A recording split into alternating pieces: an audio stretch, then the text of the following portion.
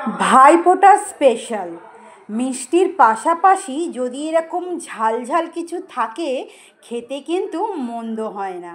সময়ও লাগবে খুব অল্প, খুব তাড়াতাড়ি তৈরি হয়ে যাবে আজকে এই ভাইফোঁটা স্পেশাল মটন চর্বি দিয়ে ঘুগনি। ভাইফোঁটার দিন স্পেশাল তো করতে সকলের বোনেরই ইচ্ছা যায়, তাই আজ খুব সহজে এবং খুব তাড়াতাড়ি চটজলদি হয়ে যাবে ঘুগনি মটনের চর্বি দিয়ে, তাও সময় লাগবে খুব অল্প।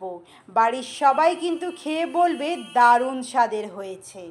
প্রথমেই আমি নিয়ে নিয়েছি মটর কড়াই। আমি 500 গ্রাম মটর কড়াই সারা রাত ভিজিয়ে রেখেছিলাম, সেটাকে ধুয়ে ভালো করে পরিষ্কার করে নিয়েছি।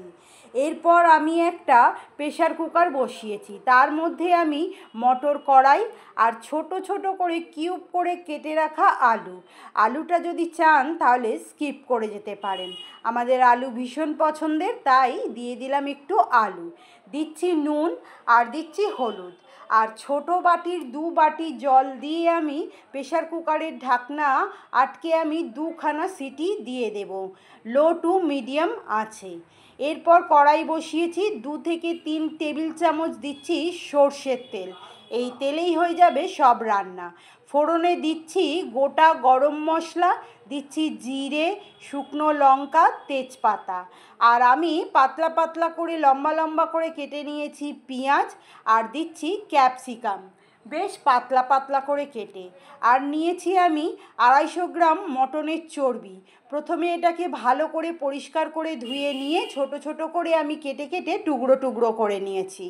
এরপর আমি সব কিছুকে বেশ হাই ফ্লেমে 5 থেকে 7 মিনিট খুব ভালো করে নাড়াচাড়া করব, যাতে মটনের চর্বিটা যায় গলে এবং সেটা হয় তেল তেলে, আর পেঁয়াজ আর ক্যাপসিকামটা হয়ে যাবে বেশ হালকা ব্রাউন কালারের ভাজা ভাজা। আমরা খুব বেশি ভাজবো না, তবে হালকা ব্রাউন করে ভেজে নেব পেঁয়াজটাকে। কেমন লাগছে এই রেসিপি জানাতে কিন্তু ভুলবেন না। ভাজা হয়ে গেলে দিয়ে দেব আমি পাতলা পাতলা লম্বা করে কেটে রাখা টমেটো, সেটাকে দিয়েও আমি 5 থেকে 7 মিনিট বেশ ভালো করে নাড়াচাড়া করে নিলাম। এরপর দিচ্ছি আদা বাটা, দিচ্ছি আমি রসুন বাটা, দিচ্ছি পরিমাণ মতো নুন, আর দিচ্ছি হলুদ গুঁড়ো, দিচ্ছি ঝাল লঙ্কার গুঁড়ো, দিচ্ছি জিরে গুঁড়ো, দিচ্ছি আমি ধনে গুঁড়ো। এই সমস্ত কিছুকে দিয়ে আমি খুব ভালো করে মশলা কষিয়ে নেব। ততক্ষণ কষাবো যতক্ষণ না খুব ভালো একটা তেল ছাড়ছে আর মশলার কালারটা খুব ডিপ আসছে। বেশ খানিকক্ষণ কষিয়ে নেওয়ার পর দেব একটু চিনি, রান্নায় ভালো ব্যালেন্সও হবে এবং মশলার কালারটাও হবে খুব ভালো। তাই চিনি দিয়ে আমি আবারও 5 থেকে 7 মিনিট খুব ভালো করে কষিয়ে নিলাম। এই সময় ছেড়ে গেছে তেল এবং চর্বিটাও হয়ে গেছে সিদ্ধ। এরপর আমি দিয়ে দেব সেদ্ধ করে রাখা মটর কড়াই আর আলু দিয়ে আমি খুব ভালো করে নাড়াচাড়া করে নেব। যতটা পাতলা বা ঘন রাখবেন ঠিক ততটাই পরিমাণে দিয়ে দিতে হবে একটু গরম জল।